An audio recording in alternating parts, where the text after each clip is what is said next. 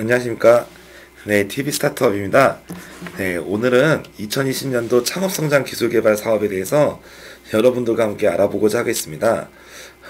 처음에 창업성장 기술개발 사업이 많은 창업기업분들에게 요즘 널리 알려져 있는데요.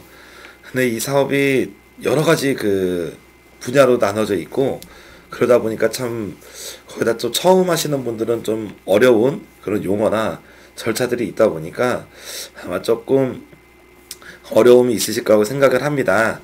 하지만 이제 기본적으로 오늘 다루는 이제 디딤돌 창업과제, 창업성장 기술개발 사업 아래 있는 이 디딤돌 창업과제는 실제로 기업에게 1년에 1억 5천만 원 한도 내에서 기술개발비를 지원하는 자금인 만큼 어렵지만 이제 선정이 되시면 여러분들 입장에서 기업이 기술개발과 또 회사 운영에 큰 도움이 될 수 있는 사업입니다. 하지만 이제 보통 이런 기술개발 사업이 일반적인 창업 지원 사업과 달리 기술개발을 또 목표로 하고 있고, 연구에 대한 산출물이나 결과물, 그리고 개발하고자 하는 기술에 대해서 실질적으로 제3의 외부기관의 공인된 외부기관에서 성능 인증을 받아야 되는 등 약간 좀 어려운 부분도 존재합니다. 하지만 한 가지씩 천천히 알아보시면서 여러분들 회사의 기술 개발의 과정에서 도움이 어떻게 내가 지원이 가능할지 한 가지씩 알아보면 천천히 준비하시다 보면은 꼭 되실 수 있을 거라고 생각을 하고요. 하지만 여러 가지 어려운 부분들이 있는 만큼 천천히 한번 저랑 같이 알아보도록 하겠습니다. 그래서 일반적인 창업자금 같은 경우는 우리가 어떤 제품을 개발을 하고 시제품을 만들기만 하면 시제품에 대해서 기본적으로 만들면 크게 산출물이 있기 때문에 문제가 없습니다. 하지만 기술개발 과제 같은 경우는 참여하시는 분들마다 별도로 연구 노트도 기록을 해야 되고, 관련된 개발 기술에 대해서 지식재산권도 확보해야 되고, 그리고 성능 인증에 대한 부분도 이해를 해야 되는 만큼 조금 더 준비하실 것들이 좀 더 많다라고 볼 수 있겠습니다. 준비하실 건 많지만 자금 규모가 크고, 또 기술개발비 같은 경우는 우리나라는 이제 중소기업 기술개발 사업을 위시하여 국가연구개발 사업 등 신기술 개발에 대해서는 한 기업당 1년에 최대 3건, 그리고 중기부 쪽으로만 보면 2건 정도를 지원을 하고 있기 때문에 한번 이런 기술개발 사업을 참여하는 방법을 알게 되시면 매년 꾸준히 기술개발을 여러분이 이런 정부 지원 사업에 참여하면서 신기술을 개발할 수 있는 역량을 갖추는 것이죠. 그래서 오늘 창업성장 기술개발 사업을 기본으로 하지만 일반적인 중소기업 분들도 알아두시면 좋을 것 같다는 생각이 듭니다. 왜 그러냐면 이런 기술개발 사업, 국가연구개발 사업은 하는 로직이 거의 다 비슷하고 사업계획서나 이런 내용도 비슷하기 때문에 진입장벽이 좀 높지만 여러분들이 하다 보면 충분히 파괴하실 수 있을 거라고 생각을 합니다. 너무 급하게 준비하시기보다는 천천히 몇 달 정도 시간을 가지고 준비하시기를 권장해 드립니다. 네, 그러면은 오늘 한번 창업성장 기술개발 디딤돌 창업과제에 대해서 알아보도록 하겠습니다. 첫 번째, 사업 목적입니다. 기본적으로 기술 창업 아이템이 시장성 및 기술성, 사업성 검증이 필요한 기술 개발을 하겠다라고 나와 있습니다.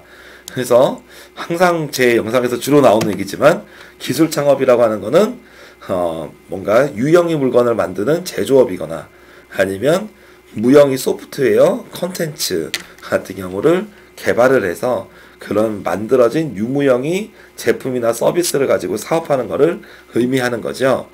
근데 이 창업성장 기술개발 디딤돌 사업을 조금 머리가 아프실 수 있지만 4개의 세부적인 그런 과제로 나눠놨습니다.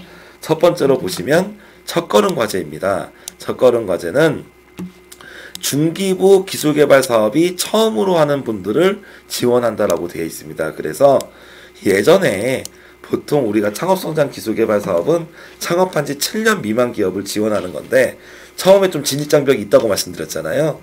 근데 이제 천년도에도 받고 그 다음 년도에도 받고 한 1년에 한 기업당 4번까지 받을 수 있었습니다. 그러다 보니까 기존에 받았던 회사들은 잘 받는데 할 줄 아니까 처음 하는 분들이 어려우니까 줄줄이 떨어지는 거죠. 그러다 보니까 이제 첫걸음 과제라고 해서 처음 도전하시는 분들만 들어와라라고 이렇게 만든 과제예요. 그래서 취지는 참 괜찮다고 생각을 합니다. 다음 여성 창여 과제입니다. 그래서 뒤에 세부 내용이 있겠지만 여성 CEO이거나 경력단절 여성을 채용하는 등 여성을 참여하는 것을 반드시 필수로 해서 지원하는 과제가 있고요. 그리고 소셜벤처 과제가 나왔습니다. 그래서 소셜벤처라는 개념이 지금 이제 도입되고 있고 아직도 이 내용이 정확하게 우리나라에서도 정리되지 않은 상황이지만 소셜벤처에 대한 기업에 대해서 별도로 지원을 해서 뭔가 사회적 약자에 대한 제품이나 서비스를 개발하는 회사를 지원하겠다라고 나온 과제입니다. 다음에 재창업 과제라고 해서 과거에 그 폐업을 했던 기업들이 다시 재도전하는 것을 지원하는 과제 총 4개로 나눠져 있다라고 보실 수가 있겠습니다. 하나씩 보시면서 살펴보겠습니다.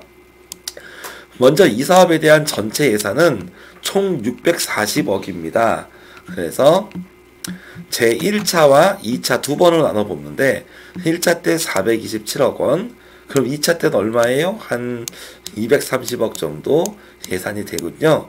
그래서 1차 때 좀 더 많은 그 수를 뽑는다고 할 수가 있습니다. 그래서 첫걸음 과제는 320억, 그리고 여성 참여는 48억. 근데 숫자를 보시죠. 첫걸음 과제는 260개 팀을 뽑고 여성 참여 40개 기업, 소셜벤처 25개, 재창업 25개 이렇게 뽑습니다. 그리고 2차 때도 뽑습니다. 그럼 여기서 여러분들한테 한 가지 말씀을 드릴 거는 1차와 2차로 나눠지는데 1차 때 탈락을 하면 2차 때 다시 지원이 보통은 가능합니다. 그래서 내가 준비가 되어 있는 상황이면 1차 때 조금 부족한 부분이 있어도 1차 때 넣으시는 게 좋습니다. 왜냐하면 어차피 탈락해도 2차 때 다시 넣을 수 있으니까요. 하지만 앞서 말씀드린 것처럼 이 R&D 사업은 그런 성과에 대한 보고나 공인인증 등 준비할 사항들이 많기 때문에 너무 준비가 안 돼 있으시면 잘 준비해서 2차로 가시면 되겠죠. 준비가 어느 정도 됐다 생각하시는 분들은 1차부터 넣으시는 게 좋습니다. 지원 유형은 자유 응모로서 기술 창업에 해당되는 아이템이면 특별한 이유 없이 특별한 문제가 없으면 거의 지원이 가능합니다. 그리고 정부 지원금은 1년에 1.5억 원을 지원을 하고요. 민간 부담금은 총 사업비 20%를 부담하라고 나와 있습니다. 그냥 미리 계산해 드리면 1,875만 원입니다. 그래서 여기서 1억 5천에다가 1,875만 원 더 넣어드리면 1억 6천, 1억 6천 875만 원을 우리가 전체 여러분이 정부 지원금 1억 5천에 여러분 낸 돈 1,875만 원 합쳐서 1억 6천 875만 원을 1년 동안 쓰시는 거예요. 이 금액을 1년 동안 사업비로 쓰게 되고 이런 정부 지원금은 1년 동안 쓰고 남은 돈은 다시 국고로 환수가 됩니다. 그래서 1년이란 기간 동안 여러분이 사업비를 쓰시면 된다라고 이해하시면 되겠습니다. 그리고 1억 5천을 받았을 때 1,875만 원을 또 여러분이 현물로 내셔야 돼요. 그래서 여기서 보통 현물이라고 하는 거는 대부분 꼭 그런 건 아니지만 직원이 인건비라던가 대표자를 포함해서 직원이 인건비라던가 아니면 최근에 고가 장비 같은 거를 구매했을 경우 그 장비 감가상각비 그런 거를 현물이라고 이렇게 보실 수가 있는데 청년 인력을 신규로 채용하면 현물을 따로 내지 않아도 된다라고 이렇게 나와 있어요. 그래서 청년 인력 채용을 하게 되면 여러분이 현물로 내지 않아도 됩니다. 그리고 뒤에 여기 보시면 기술료라고 있습니다. 그래서 기술료는 여러분이 얼마를 낼지를 사업 계획서에서 작성을 하는 거예요. 그래서 여러분이 이 기술 개발을 지원을 받은 돈을 통해서 개발한 제품을 가지고 실제로 예상되는 매출액을 여러분이 사업계획서에 작성을 하고 그 금액의 비율대로 납부한다라고 되어 있는데 통상적으로는 이 기술료 납부 규정이 별도로 여기 이 사업에 대한 그 사이트인 smtech.go.kr에 고시가 되어 있습니다. 그래서 여러분이 지원 금액이 최대 20%까지 기술료를 내셔야 돼요. 그러니까 1억 5천을 받게 되면 여러분이 최대 20%니까 3천만 원이 비용이 들어가는 거고, 요 3천만 원의 비용을 5년에 나눠서 냅니다. 그러니까 1년에 600만 원씩 이렇게 낸다라고 볼 수가 있죠. 물론 내가 이 기술료를 적게 내기 위해서, 아니면 실제로 여러분의 연구개발 결과물이 나중에 사업에 쓰시다 보면 요 비율이 뭐 5%나 10% 이렇게 떨어질 수 있습니다. 그럼 그만큼 적게 내시면 되겠다라고 말씀을 드리면 되겠고요. 그리고 여기에 나와 있진 않지만, 여기 앞에서 앞에 여기서 청년 인력을 신규 채용하잖아요. 마찬가지로 기술료도 청년 인력을 채용을 하게 되면 기술료가 감면이 됩니다. 그래서 기술료를 어떤 의미에서는 내가 1억 5천을 받으면 3천만 원을 납부한다라고 생각하시는 게 일단 속이 편합니다. 근데 청년 인력을 채용할 경우 그 3천만 원을 안 내도 된다라고 하는 거죠. 그런 식으로 청년 인력을 채용할 경우 감면 제도가 나중에 있습니다.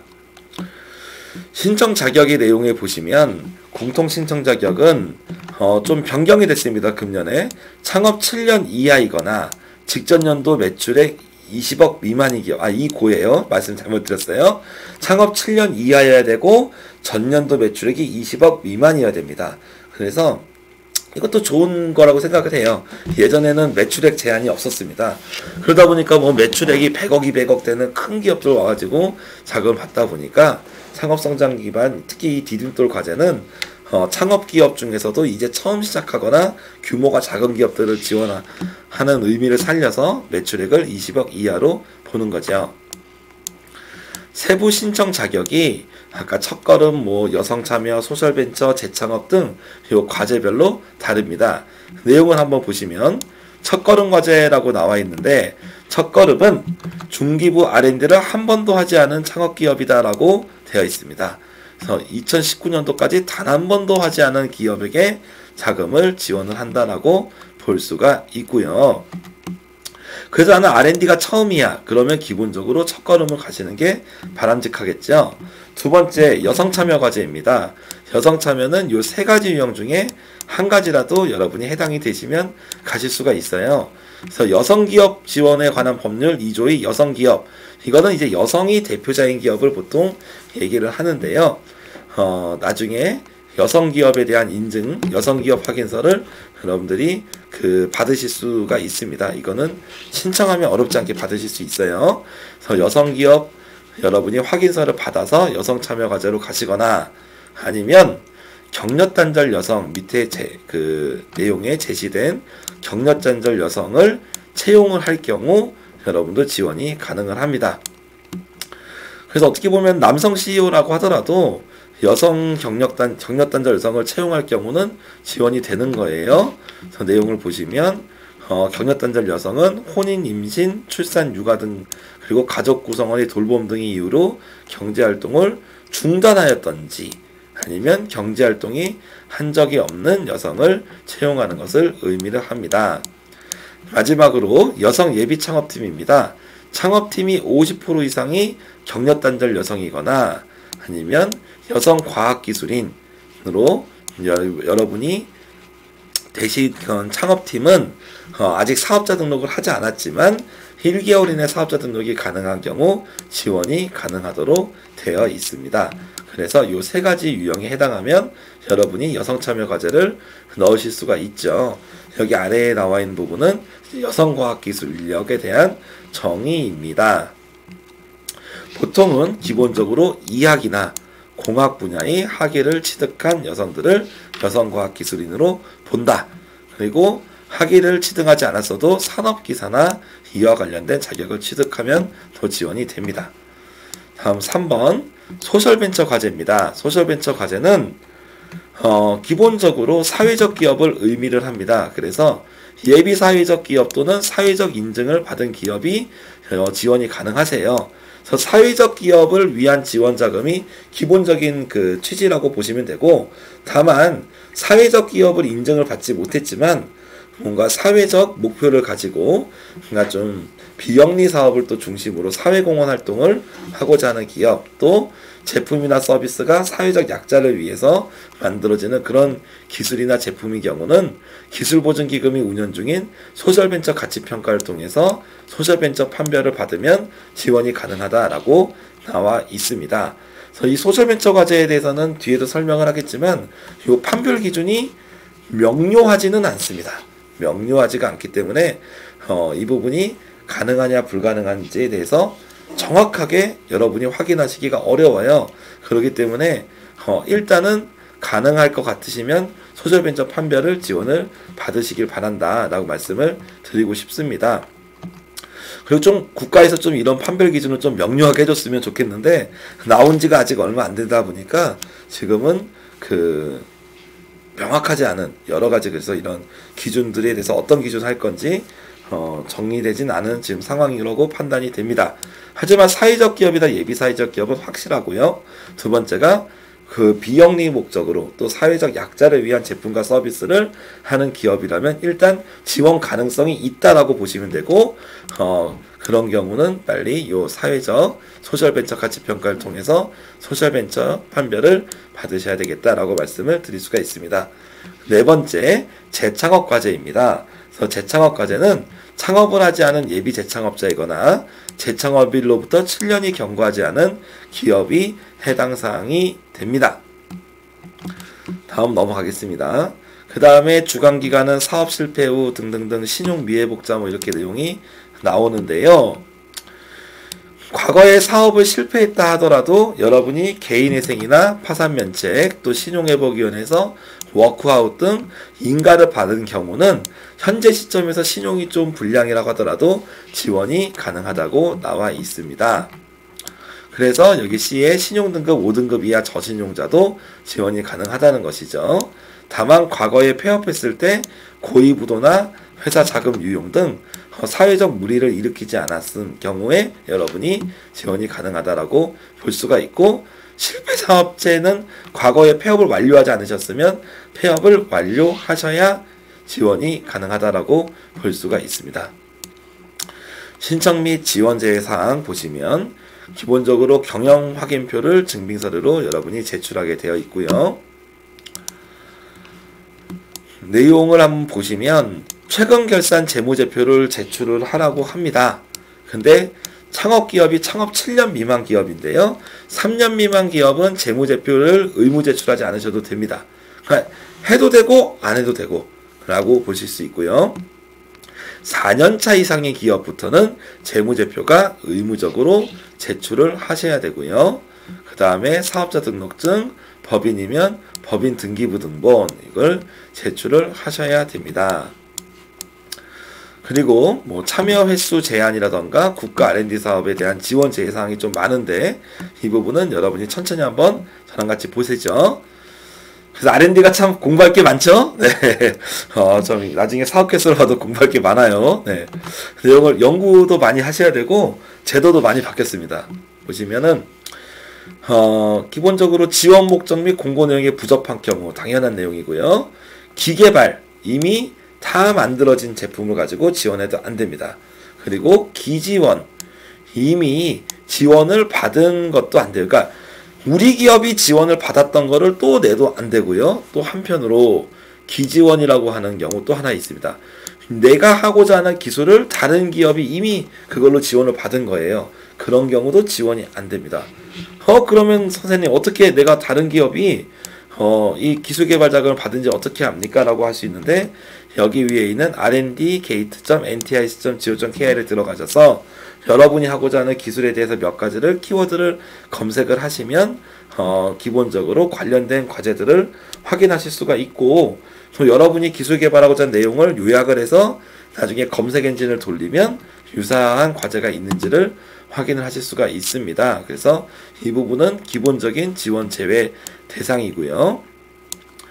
또 기술 개발이 좀 어느 정도 그래도 좀 기존에 없던 새로운 기술 개발을 해야 되는데 단순한 성능이나 개량 정도, 너무 간단한 그 수준을 업그레이드 하는 것 정도는 지원이 안 된다라고 보실 수가 있겠습니다. 그리고 기존의 기술개발 사업에 대한 여러 가지 내용에 대해서 기존의 기술개발 과제를 받았는데 뭔가 제대로 뭐 기술료를 납부를 안 했다든지 성과를 제대로 입력을 안 했다든지 여러 가지 문제들이 있은 경우 지원하실 수가 없다라고 볼 수 있습니다. 그리고 기업이 부도났을 경우 당연히 지원이 안 되겠죠. 그리고 역시 국세나 지방세를 세금을 체납했을 경우, 그리고 채무 불이행 등의 문제, 대출이 연체됐을 경우도 지원이 안 됩니다. 그리고 라에서 파산회생, 개인회생 절차의 개시 신청이 이루어진 경우라고 써 있는데, 이거는 뭐냐면 개인회생이나 파산을 여러분이 사업이 어려워서 만약에 하게 됐을 경우에 보통 법원에 이 회생을 신청을 합니다. 근데 아직 법원에서 판결이 안 난 거예요. 파산으로 인정한다. 개인회생으로 인정한다. 법원에 인가 나올 때까지 법원에서도 심의를 하는데 지금 심의가 아직 끝나지 않은 경우는 지원이 안 됩니다. 다만 심의가 끝나서 법원에서 인가를 받은 경우는 지원이 된다라는 거예요.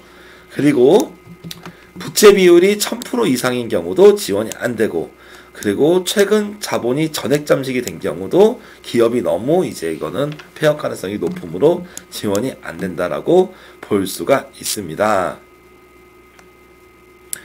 좀 내용을 한번 보시면 재창업 과제의 경우 3년 이상 기업이 1000%도 지원이 가능하다라고 써 있습니다. 재창업 과제에서는 부채 비율이 1000%가 넘어도 3년 이상이면 문제는 없다. 하지만 전액 자본 장식은 어떠한 경우에도 지원할 수가 없다라고 나와 있습니다. 그리고 부채를 계산할 경우에 최근에 공공기관의 대출형 투자 유치를 받은 경우 제외 가능하다 넘어가고요. 다음에 산업위기지역이 나와 있는데, 산업위기지역에 있는 분들은 이번에 아마 좀 가점 사항이 아마 있으실 거예요. 또 산업위기지역에 있으신 분들도 아무래도 이런 요건을 또 많이 좀 봐주시는 것 같은데, 제가 여기 왜 있는지는 산업위기지역이 아마 산업위기지역이 갑자기 나오는데 일단 다른 거 내용 보면서 하겠습니다. 부채 비율과 이런 자본 잠식에 대한 거는 최근 결산 재무제표를 보고 판단한다 라고 써 있고요. 창업 3년 이상 기업이 재무제표를 제출하지 않으면 당연히 지원이 할 수가 없습니다. 그리고 재창업 기업이 성실경영평가를 통과하지 못한 경우면 과거 폐업의 사유가 부도덕하다고 봐서 그것도 지원이 안 됩니다. 그리고 신청기간 및 신청 방법이 기본적으로 2월 17일부터 3월 2일까지 6시까지 이렇게 접수를 받게 되고요.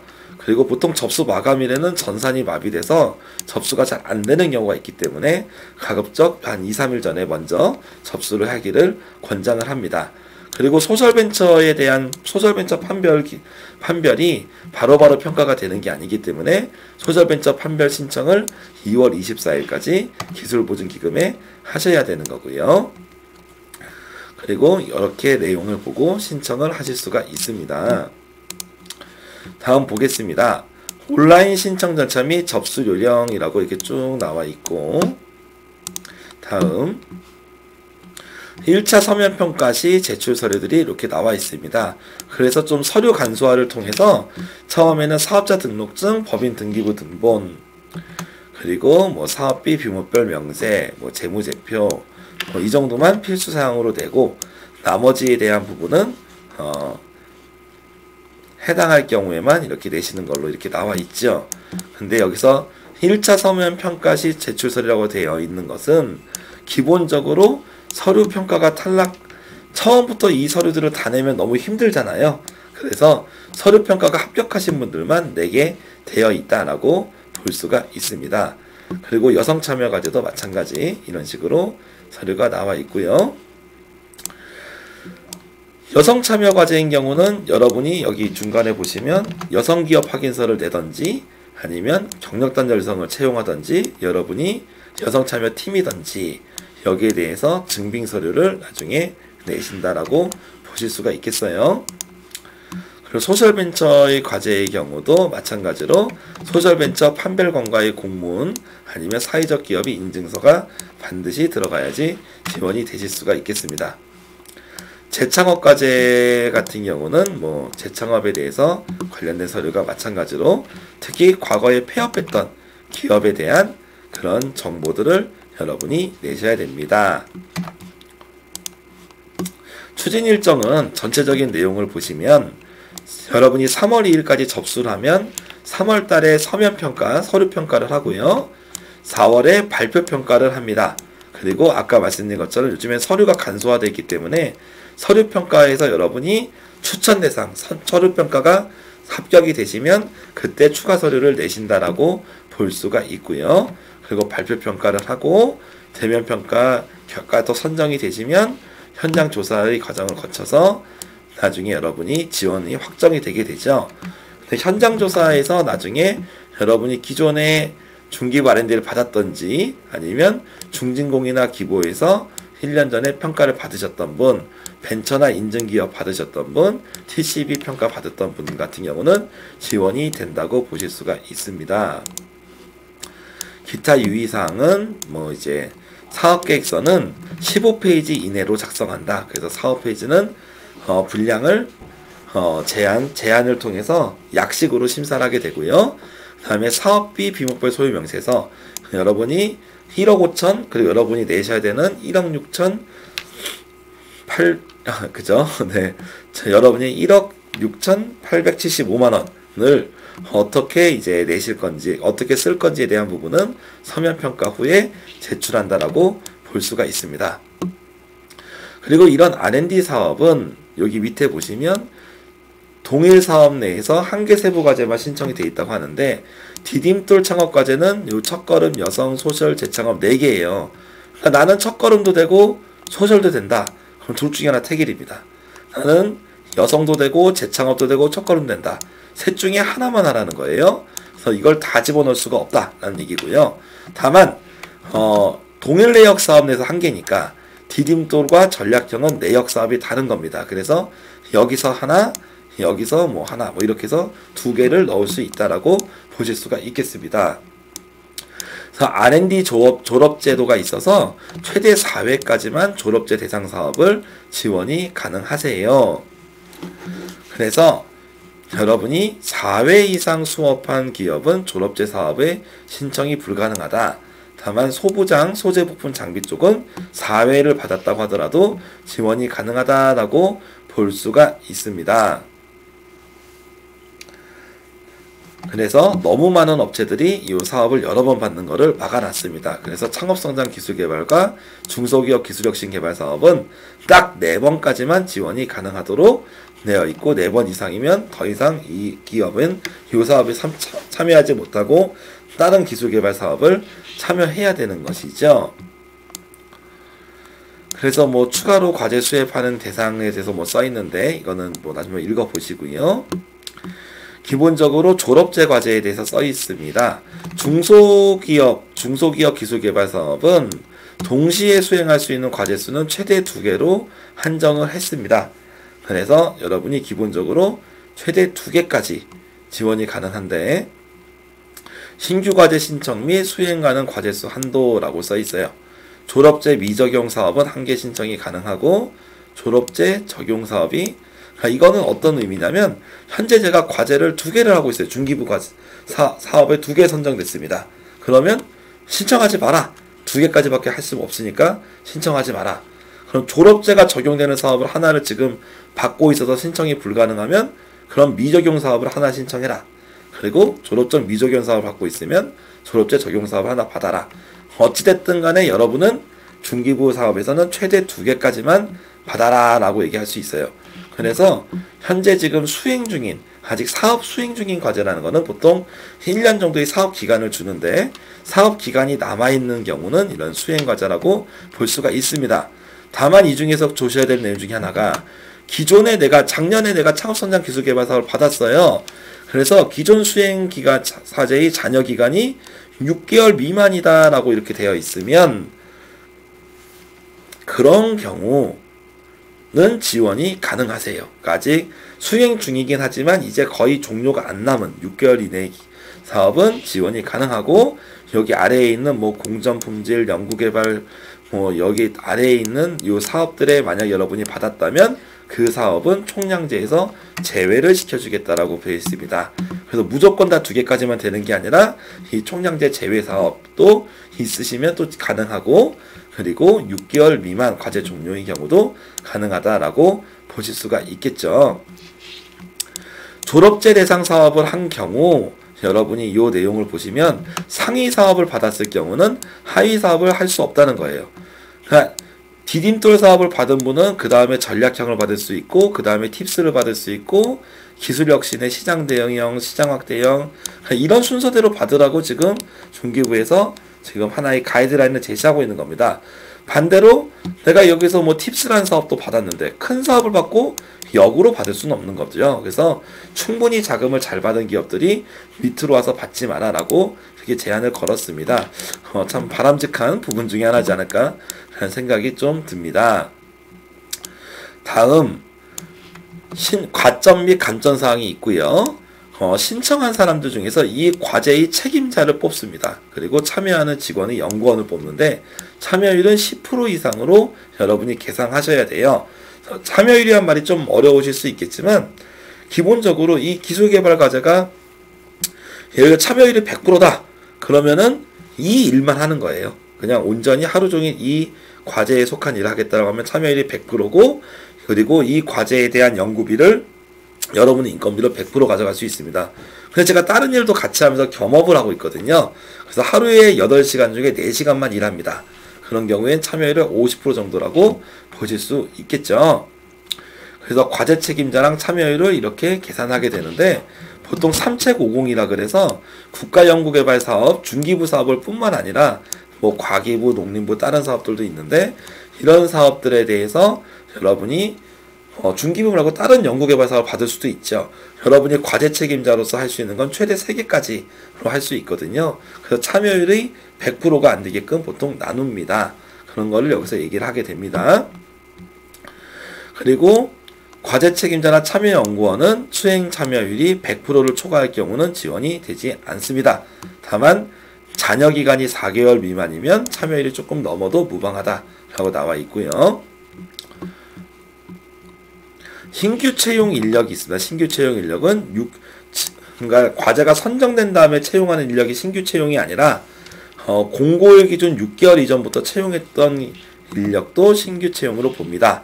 그리고 부가세 포함 3천만 원 이상의 장비를 도입할 경우는 이 장비를 왜 도입을 해야 되는지에 대한 도입계획서, 그리고 어떤 장비를 살 건지에 대한 도입계획서를 제출을 하셔야 되고, 나중에 이거는 별도의 심의위원회를 열어서 이 장비를 이 기업이 구매하도록 우리가 승인을 해야 되는지에 대해서 별도 평가를 하겠다라고 하는 거지요. 그리고 기술개발 내용을 한번 좀 보시면, 기술개발 사업을 통해 발생된 특허나 지식재산권은 주관기관이 소유를 해야 됩니다. 그래서 개인이 아니라 기본적으로 기업이 소유를 해야 되는데, 개인 사업자는 기업 소유가 없거든요. 그래서 개인 사업자인 경우는 대표자가 해야 되고, 기업이 법인인 경우는 무조건 법인 명의로 지식재산권을 가져가야 됩니다. 그리고 사업에 참여하는 자는 뭐 신용조회에 동의한 것을 간주합니다. 그리고 실제로 신용조회 동의서를 제출을 하고요. 공정성을 위해서 경쟁업체 소속의 평가위원들은 배제가 되고, 민간회사분들도 많은 평가를 하고 있는 만큼 그런 부분이 있습니다. 다음 사업계획서의 파트 1에 대한 기술개발 개요는 인터넷에 공시됩니다. 아까 보셨던 ntis.go.kr에 공시되므로 기업의 기밀에 대한 사항이라면 이 파트 1을 작성할 때는 공개할 수 있는 정보까지만 작성을 해라 라고 하는 부분이 있죠. 그리고 여기서 정하지 않은 사항은 특히 중소기업 기술개발사업 관리 지침, 운영 요령, 기술력 관리 지침 등에서 세부적으로 나와 있으므로 공고문에만 보셔도 애매한 사항들이 있다는 거예요. 그런 부분들은 저 세부 지침 한 200페이지 됩니다. 그 지침서 보고, 그리고도 이해가 안 되면 여기서 1357이나 여기 기술정보진흥원에서 전화를 하셔서 여러분이 물어보시면 되겠다라고 말씀을 드릴 수가 있겠습니다. 그래서 뭐 부침 내용에 대해서 이렇게 쭉 나머지 기타 설명들이 좀 나와 있는데요. 뭐 큰 부분들은 뭐 없으실 것 같고, 부침 2에 내가 여러 개의 회사를 하고 있을 경우 창업인지 아닌지에 대한 판별표가 나와 있으니까 여러분들이 다수 사업자인 경우는 여러분이 창업 기업이어야지 지원이 되잖아요. 그래서 한번 확인을 해보시길 바라겠습니다. R&D 바우처라는 개형이 있는데 기본적으로 우리가 총 지원 금액이 20% 정도는 이 R&D 바우처 제도를 통해서 쓰셔야 돼요. 그래서 쓸 수 있는 금액들이 반드시 의무적으로 계상하게 되어 있습니다.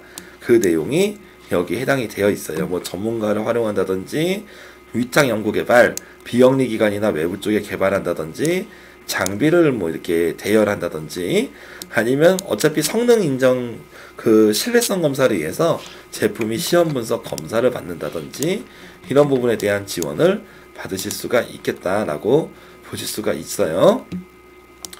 기술사업화 지원 내용 뭐 이렇게 뭐 나와 있는데 넘어가겠습니다. 그래서 뭐 여기 나중에 여러분이 기술개발 R&D 사업에서 좀 쓰기 어려우면 이런 기관을 통해서도 뭐 기획을 받을 수 있고, 또 나중에 R&D 그 바우처 비용으로도 여러분이 이제 제대로 된 기술 사업화를 위해서 이런 전문적인 특허나 이런 컨설팅 회사들, 이런 기관들에서 여러분이 도움을 받을 수 있겠다는 것이죠.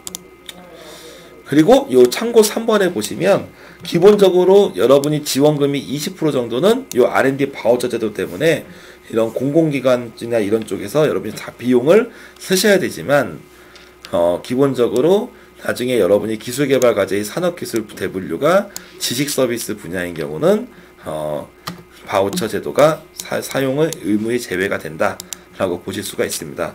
그래서 그만큼 기업이 더 쓸 수가 있겠죠. 두 번째, 정보통신 소프트웨어 쪽, 그리고 설계기술 소프트웨어 분야에 아래에 해당되는 분야인 경우도 바우처 비용을 쓰지 않으셔도 됩니다 라고 보실 수 있습니다. 그럼 소셜벤처에 대한 판별 기준이 이렇게 나와 있는데, 이런 판별 기준 자체가 한번 보시고 실제로 한번 여러분이 소셜벤처 과제 하실 분들은 바로 여러분이 사회적 기업이나 예비사회적 기업이면 뭐 상관이 없겠지만, 내가 사회적 목적을 갖고 있는, 미션을 갖고 있는 회사다라고 한다면 빨리 기술보증기금의 소셜벤처센터에 전화하셔서 바로바로 물어보시고 확인하시면 됩니다. 그러니까 소셜벤처 판별은 하회에 있는 사회성 판별, 그 여기에 있는 혁신성 판별을 모두 받아야 지원이 가능하다라고 보실 수가 있습니다. 마지막으로 가점 사항이 있는데, 가점은 최대 5점까지 받으실 수가 있고, 성과분석 조사 분석 결과까지 해서 최대 8점까지 가능하고요. 아래에 있는 가점 리스트를 보시면서 여러분이 확보하실 수 있는 가점은 최대한 많이 또 확보하시면 좋겠죠. 그래서 그런 부분을 확인하시면 되기를 바라겠습니다. 마지막으로 감점사항도 있는데, 특별히 여러분이 성실하게 기술개발을 사업했다면 문제가 없을 거예요. 네. 이상으로 제가 창업성장 기술개발 사업에 쭉 한번 알아봤는데요. 한번 리뷰를 한번 드리면, 기본적으로 처음 R&D 사업을 하는 첫걸음, 그리고 아니면 여성 CEO이거나 경력단절 여성을 채용하는 경우, 아니면 여성 과학기술인이 50% 이상 합류된 여성 창업팀을 지원하는 여성 참여 과제, 그리고 사회적 미션을 갖고 있는 제품과 서비스를 개발하거나 비영리에 대한 사업을 사회적 공헌 활동을 많이 하고 있는 소셜벤처 사업, 그리고 과거에 폐업했고 다시 이렇게 창업하고자 하는 재창업 기업에 대해서 4가지로 나눠서 지원하는 사업이었고요. 창업 기업이셔야 되고, 창업 7년 이하 창업 기업이셔야 되고, 매출액은 20억 이하여야 된다. 그리고 경고가 있었습니다. 그리고 참여 제한 제도가 있었는데, 뭐 대부분 처음 하시는 분들은 뭐 크게 문제가 없을 까 됩니다. 이런 식으로 기본적으로 여러분이 요건을 맞춰서 사업에 들어가셔야 되고, 그 다음에 내가 요건이 된다고 하시면 사업계획서를 작성하셔야 되겠죠. 그래서 이 중소벤처기업부 홈페이지에 들어가시면 관련된 사업계획서가 나오는데요. 한번 예시사업계획서 한번 보시면서 여러분이 한번 검토를 한번 해보시고 한번 준비를 한번 천천히 알아보셨으면 좋겠습니다. 나중에 아마 사업계획서 때 제가 영상에 하실 수 있는지 모르겠지만, 하시게 된다면 뒤에 보면 성능지표라는 게 있어요. 그 공인성능지표를 받아야 되는 부분이 이 기술개발 사업의 핵심 부분이에요. 그래서 그 부분에 대해서 여러분이 좀 철저한 준비를 하시는 게 좋고요. 그래서 한번 요건이 되는지 먼저 확인을 이 영상이나 공문 검토 그리고 전화 문의 등을 통해서 확인을 하셨다면 그 다음엔 여러분이 사업계획서를 제출하셔서 준비하셔서 3월 2일까지 내시면 되겠습니다. 네, 이상으로 오늘 영상 마치겠습니다. 감사합니다.